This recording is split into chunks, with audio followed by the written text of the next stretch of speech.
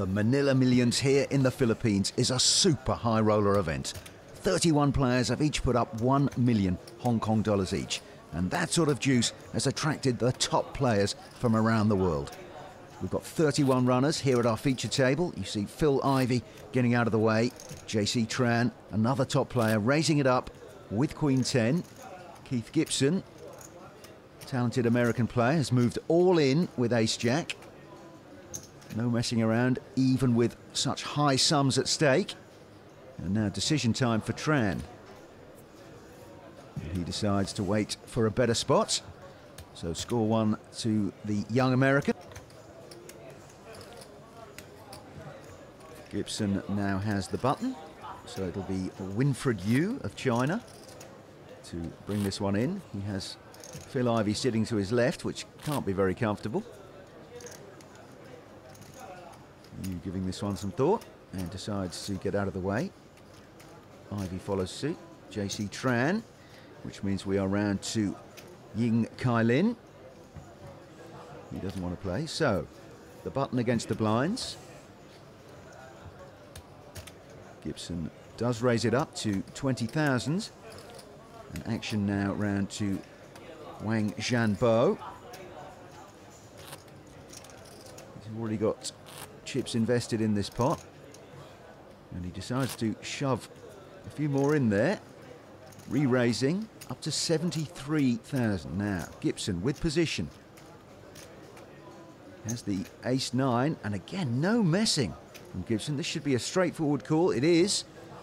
It's the jacks of Wang Zhanbo, and he is the player in danger here. Gibson has hit an ace right out of the box, so suddenly he needs a jack or running cards for a straight. Well, this will be the end of Wang Zhanbo. 2 is no good, it has to be a jack.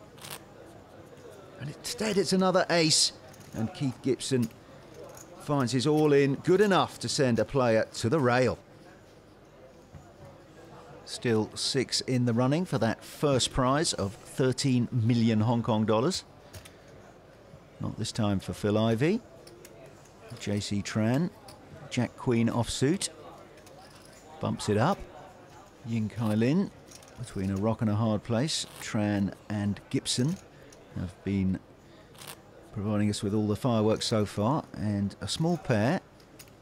A lot of pros like to play this aggressively pre-flop. Gibson makes a smallish raise. In some circumstances that can look even more suspicious and moody. What does Tran think?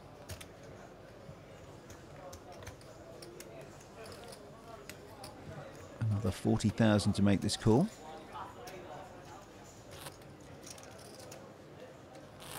Be very much a coin flip if he does get involved, but no. Yet another one goes in the direction of the shaven-headed American.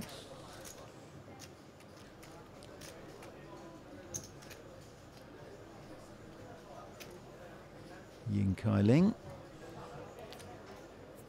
again gets out of the way, and for once Gibson doesn't want to play, so we're round to Sun Sheng, young Chinese player,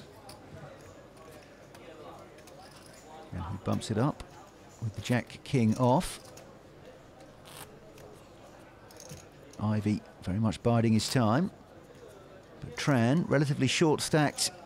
He's moved all in with the rag ace. And Sheng calls at once. And he'd be glad he did, because he has made top pair. Tran will need running cards for a straight or hitting one of those elusive aces. Now it has to be an ace.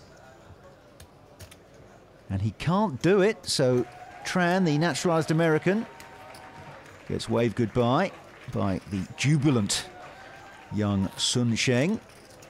Bit of a fist pump. 5 players still at our feature table. Sheng passes his cards into the muck. Winfred Yu follows suit. Now Ivey, he's been sitting like a crocodile under the water, waiting for his moment. And with 9-5 in diamonds, he decides that's it. And Ying Kai Lin, having seen JC Tran disappear, now has to cope with sitting next to Phil Ivey. Ivy hasn't played too many hands recently. Will he get credibility from Kai Lin, or will he make a hero call or raise here?